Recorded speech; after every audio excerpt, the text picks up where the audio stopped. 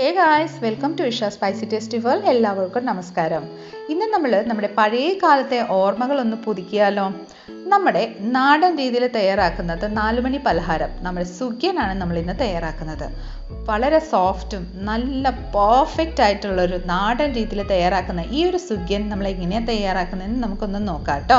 അപ്പോൾ എല്ലാവരും video skip ചെയ്യാതെ കണ്ടോളൂ. കണ്ടതിന് ശേഷം നിങ്ങളുടെ ഫീഡ്ബാക്ക് എന്നിൽ അറിയിക്കാൻ മറക്കല്ലേ. കൂടാതെ ഇതുവരെ സബ്സ്ക്രൈബ് ചെയ്യാത്തവരാരെങ്കിലും ഉണ്ടെങ്കിൽ ഒന്ന് സബ്സ്ക്രൈബും കൂടെ ചെയ്ത് നമ്മളൊന്ന് സപ്പോർട്ട് ചെയ്തേക്കണേ.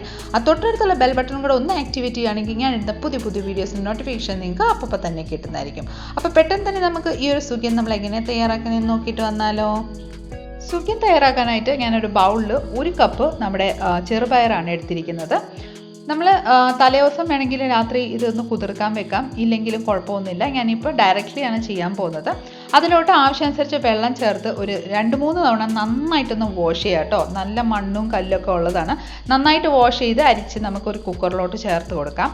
കുക്കറിലോട്ട് ചേർത്തതിന് ശേഷം നമുക്ക് 1 കപ്പ് ചെറുപയറിന് 1.5 കപ്പ് വെള്ളം നമുക്ക് ഇതിലോട്ടൊന്ന് ചേർത്ത് കൊടുക്കാം. ഇനി നമുക്കിതിലോട്ട് ഒരു ലേശം ഉപ്പ് ചേർത്ത് കൊടുക്കാം. അതായത് മധുരം ഒന്ന് ബാലൻസ് ചെയ്യാൻ വേണ്ടിയിട്ട് നമ്മൾ ചെറുപയറിലോട്ട് കുറച്ച് ഉപ്പ് ചേർത്ത് ലിഡിട്ട് ക്ലോസ് ചെയ്ത് ഒരു 5 to 6 വിസിൽ വരുന്നത് നമുക്ക് ഒന്ന് വെയിറ്റ് ചെയ്യാം. ആ സമയം കൊണ്ട് നമുക്കൊരു കടായിലോട്ട് ഒരു 1/4 കപ്പ് ശർക്കര ചേർത്ത് കൊടുക്കാം. നിങ്ങൾക്ക് വേണമെങ്കിൽ 1 കപ്പ് ചേർത്തോളൂ കേട്ടോ. ഞാനിപ്പോൾ 1/4 കപ്പ് എടുത്തോളൂ. ഇതിലോട്ട് ഒരു 1/4 കപ്പ് വെള്ളവും കൂടെ ചേർത്ത് നന്നായിട്ടൊന്ന് മിക്സ് ചെയ്ത് കൊടുക്കാം. അതിനുശേഷം നമുക്ക് അടുപ്പത്ത് വെച്ച് നന്നായിട്ടൊന്ന് ഉരുക്കിയെടുക്കാം കേട്ടോ. ശർക്കര ഒന്ന് ഉരുകി വരുന്ന സമയം കൊണ്ട് നമുക്ക് സുഖിയൻ തയ്യാറാക്കാനുള്ള ഒരു കോട്ടിംഗ് ഒന്ന് റെഡിയാക്കാം. അതിനായിട്ട് ഞാനിവിടെ 1 കപ്പ് മൈദയാണ് എടുത്തിരിക്കുന്നത്. നമുക്ക് വേണമെങ്കിൽ ഗോതമ്പ് മാവാണല്ലോ യൂസ് ചെയ്യുക കേട്ടോ. നാടൻ രീതിയിൽ തയ്യാറാക്കുന്നതുകൊണ്ട് ഞാൻ മൈദ മാവാണ് ചേർത്തേക്കുന്നത്. അതിലോട്ട് 2 ടേബിൾ സ്പൂണ് അരിപ്പൊടിയാണ് ചേർത്തിരിക്കുന്നത്. ചെറിയൊരു ക്രിസ്പിനെസ് കിട്ടാൻ വേണ്ടിയിട്ടാണ്. അതിലോട്ട് ലേശം 1 നുള്ള് ഉപ്പും കൂടെ ചേർത്ത് നന്നായിട്ടൊന്ന് മിക്സ് ചെയ്ത് കൊടുക്കാം. നമുക്ക് ബാറ്റർ ഒന്ന് റെഡിയാക്കാം. ആദ്യം നമുക്ക് 1 കപ്പ് വെള്ളം ചേർത്ത് നന്നായിട്ടൊന്ന് മിക്സ് ചെയ്ത് കൊടുക്കാം. നന്നായിട്ട് അതുപോലെ ഒന്ന് മിക്സ് ചെയ്തതിന് ശേഷം ഒരു 1/4 കപ്പോളം വെള്ളം വീണ്ടും എനിക്ക് ആവശ്യം വന്നിട്ടുണ്ടായിരുന്നു. ഓരോരുത്തരുടെ മാവ് അനുസരിച്ചായിരിക്കും വെള്ളത്തിൻ്റെ ആവശ്യം. അപ്പം നമുക്ക് അതനുസരിച്ച് നോക്കിയിട്ട് വേണം നമുക്ക് വെള്ളം യൂസ് ചെയ്ത് അതൊന്ന് മിക്സ് ചെയ്തോളൂ കേട്ടോ. ഞാനിവിടെ 1/4 കപ്പ് വെള്ളം ചേർത്ത് നന്നായിട്ടൊന്ന് മിക്സ് ചെയ്ത് ഏകദേശം ഈ ഒരു പരുവത്തിൽ നമ്മുടെ ഈ ഒരു ബാറ്റർ ഒന്ന് റെഡി ആയിട്ടുണ്ട്. ഇനി നമുക്ക് ലിഡിട്ട് ക്ലോസ് ചെയ്ത് ഒരു 10 മിനിറ്റ് ഇത് റെസ്റ്റിന് വെച്ച് കൊടുക്കാം. ഇവിടെ നമ്മുടെ ചെറുപയറും നന്നായിട്ടൊന്ന് വെന്ത് കിട്ടിയിട്ടുണ്ട്. നോക്കിക്കോളൂ, നന്നായിട്ടൊന്ന് സ്മാഷ് ആയി കിട്ടുന്നുണ്ട്. ഇത് കറക്റ്റ് ആ വെള്ളവും എല്ലാം നന്നായിട്ട് ഉണങ്ങി നല്ല ആ വെള്ളം നല്ല കറക്റ്റ് പാകത്തിനുള്ള വെള്ളമായിരുന്നു. നന്നായിട്ടൊന്ന് വെള്ളം വലിക്ക് നല്ല പെർഫെക്റ്റ് ആയിട്ട് വെന്ത് കിട്ടിയിട്ടുണ്ട്. ഇപ്പോഴത്തെ നമ്മുടെ ശർക്കരയും ഇവിടെ നന്നായിട്ടൊന്ന് ഉരുകി കിട്ടിയിട്ടുണ്ട്. ഇനി നമുക്കിതിലോട്ട് നാളികേരം ചേർത്ത് കൊടുക്കാം. ചെറിയ ഫ്രഷ് ആയിട്ടുള്ള നാളികേരം ഞാൻ 1 കപ്പാണ് ചേർത്തിരിക്കുന്നത്. നാളികേരം നിങ്ങൾക്ക് ഇച്ചിരി കുറച്ചുകൂടെ അധികം ചേർക്കാൻ താല്പര്യം ഉണ്ടെങ്കിൽ ഒരു 1/4 കപ്പ് വരെ നമുക്ക് യൂസ് ചെയ്യാം കേട്ടോ. 1 കപ്പ് നാളികേരം ഇതിലോട്ട് ചേർത്ത് നന്നായിട്ടൊന്ന് മിക്സ് ചെയ്ത് കൊടുക്കാം. ഇനി ഇതിലോട്ട് 1 ടീസ്പൂണ് ജീരകവും ഏലക്കായും കൂടെ പൊടിച്ച് നമുക്ക് ഇതിലോട്ടൊന്ന് ചേർത്ത് കൊടുക്കാം. ഒരു 3 ഏലക്കായും ഒരു 1/2 ടീസ്പൂണ് ജീരകവും കൂടെ ചതച്ച് നന്നായിട്ടൊന്ന് പൊടിച്ച് ഞാൻ എടുത്തിട്ടുണ്ടായിരുന്നു. അതാ ചേർത്ത് നന്നായിട്ടൊന്ന് മിക്സ് ചെയ്ത് യോജിപ്പിച്ചെടുക്കാം.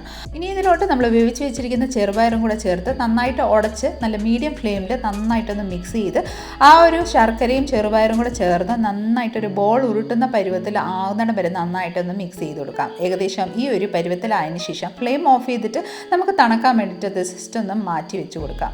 ഇനി നമുക്ക് നമ്മൾ കുറച്ച് മുന്നേ റെഡിയാക്കി വെച്ചിരിക്കുന്ന ബാറ്ററിലോട്ട് ഒരു 1/4 ടീസ്പൂൺ മഞ്ഞൾപ്പൊടി ഒന്ന് ചേർത്ത് നന്നായിട്ടൊന്ന് മിക്സ് ചെയ്ത് കൊടുക്കുക. അതിനുശേഷം ലിഡിട്ട് ക്ലോസ് ചെയ്ത് ജസ്റ്റ് ഒന്ന് മാറ്റി വെച്ച് കൊടുക്കാം. നമ്മൾ മഞ്ഞൾപ്പൊടി ആഡ് ചെയ്യുന്നത് ജസ്റ്റ് ഒന്ന് കളർ കിട്ടാൻ വേണ്ടിയിട്ടാണ് മഞ്ഞൾപ്പൊടി ആഡ് ചെയ്ത് കൊടുക്കുന്നത്. ഇനി നമ്മുടെ ഈ ഒരു ചെറുപയറിൻ്റെ മിക്സ് നന്നായിട്ടൊന്ന് തണുത്തിട്ടുണ്ട്. നമുക്കിതൊന്ന് ബോൾസ് ആക്കി ഉരുട്ടിയെടുക്കാം കേട്ടോ. നമ്മുടെ കൈമേ പിടിക്കാൻ പാകത്തിനാകുന്നിടം വരെ നമ്മൾ തണുപ്പിച്ചെടുത്തതിന് ശേഷമാണ് നമ്മൾ ബോളുമായിട്ട് ഉരുട്ടിയെടുക്കുന്നത്. സുഖിയൻ്റെ വലുപ്പം എത്രമാത്രം വേണം ആ ഒരു വലുപ്പത്തിൽ നമുക്ക് ചെറിയ ബോൾസ് ആക്കി ഉരുട്ടിയെടുക്കാം. ഒരു ചെറിയ നാരങ്ങയുടെ വലുപ്പത്തിലാണ് ഞാനിവിടെ ബോൾസ് ആക്കി ഉരുട്ടിയെടുത്തിരിക്കുന്നത്. ഏകദേശം ഈ ഒരു പരുവത്തിൽ നമുക്ക് എല്ലാം ഒന്ന് ബോൾസ് ആക്കി ഒന്ന് ഉരുട്ടിയെടുക്കാം കേട്ടോ. നന്നായിട്ട് ബോൾസ് എല്ലാം ഇവിടെ റെഡി ആയിട്ടുണ്ട്. നമുക്ക് ഇനി സുഖിയൻ ഒന്ന് തയ്യാറാക്കിയാലോ. അതിനായിട്ട് ഒരു കടായിൽ ഞാനിവിടെ വെളിച്ചെണ്ണയാണ് എടുത്തിരിക്കുന്നത്.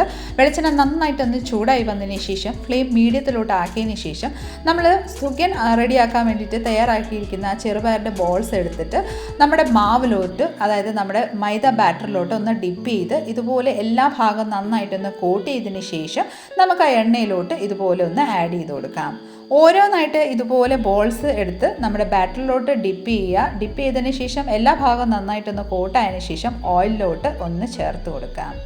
ഇനി ഒരു സ്പൂൺ വെച്ച് ഓയിൽ ജസ്റ്റ് ഇതിൻ്റെ മേലെ കൂടെ ഒന്ന് സ്പ്രിങ്കിൾ ചെയ്ത് കൊടുക്കാം.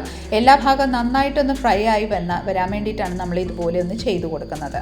ഇതുപോലെ ഒന്ന് ചെയ്തതിന് ശേഷം എല്ലാ ഭാഗവും നന്നായിട്ടൊന്ന് ഗോൾഡൻ കളർ ആവുന്നിടം വരെ നമുക്ക് നന്നായിട്ട് തിരിച്ചും മറിച്ചും നമുക്കൊന്ന് ഫ്രൈ ചെയ്തെടുക്കാം. നോക്കിക്കോളൂ, നന്നായിട്ട് ഫ്രൈ ആയി വന്നിട്ടുണ്ട്. നമുക്ക് ഇനിയും വേറെ പ്ലേറ്റിലോട്ട് ഈ ഒരു ഓയിലിൽ നിന്ന് സുഗിയൻ നമ്മുടെ എടുത്ത് വേറെ പ്ലേറ്റിലോട്ടൊന്ന് ട്രാൻസ്ഫർ ചെയ്ത് കൊടുക്കാം കേട്ടോ. ഇനി ബാക്കിയുള്ള സുഗിയനും അതേ രീതിയിൽ തന്നെ ഒന്ന് തയ്യാറാക്കിയെടുക്കാം. അപ്പം നമ്മുടെ സൂപ്പർ ടേസ്റ്റി ആയിട്ടുള്ളൊരു 4 മണി പലഹാരം, പഴമക്കാലത്തെ ഓർമ്മകൾ പുതുക്കി നല്ല നോസ്റ്റാൾജിക് ഫീലൊക്കെ വരുന്ന രീതിയിലുള്ള നമ്മുടെ ഈ ഒരു സുഗിയൻ ഇവിടെ റെഡിയാണ്. എല്ലാം നമ്മുടെ പ്ലേറ്റിലോട്ട് ഇതുപോലെ സെറ്റ് ചെയ്തതിന് ശേഷം 4 മണിക്ക് നല്ല ചൂട് ചായയോ കട്ടൻ കാപ്പിയുടെ കൂടെ നമുക്ക് ഈ ഒരു സുഗിയൻ ഒന്ന് കഴിച്ചാലോ. എല്ലാവർക്കും ഇഷ്ടപ്പെടുന്ന ഈ ഒരു സുഗിയൻ്റെ റെസിപ്പി നിങ്ങൾക്ക് എല്ലാവർക്കും ഇഷ്ടമായി എന്ന് വിചാരിക്കുന്നു. തീർച്ചയായിട്ടും എല്ലാവരും ഈ രീതിയിൽ ഒന്ന് ട്രൈ ചെയ്ത് നോക്കിക്കോളൂ. നമ്മുടെ ഇന്നത്തെ ഈ റെസിപ്പി നിങ്ങൾക്ക് ഇഷ്ടമായിട്ടുണ്ടെങ്കിൽ ഒന്ന് ലൈക്ക് ചെയ്തും ഫാമിലി മെമ്പേഴ്സിനും റിലേറ്റീവ്സിനും ഫ്രണ്ട്സിനും എല്ലാവർക്കും ഒന്ന് ഷെയർ ചെയ്ത് നമ്മളൊന്ന് സപ്പോർട്ട് ചെയ്തേക്കണേ. കൂടാതെ ഇതുപോലെ നല്ല നല്ല റെസിപ്പിക്കായി ഇഷ സ്പൈസി ടെസ്റ്റിവൽ ചാനലൊന്ന് ഫോളോ ചെയ്യും സബ്സ്ക്രൈബും കൂടെ ചെയ്ത് നമ്മളൊന്ന് സപ്പോർട്ട് ചെയ്തേക്കണേ. അടുത്ത നല്ലൊരു റെസിപ്പിയും കൊണ്ട് വരുന്നിടം വരെ എല്ലാവരും stay tune, be happy and keep smiling.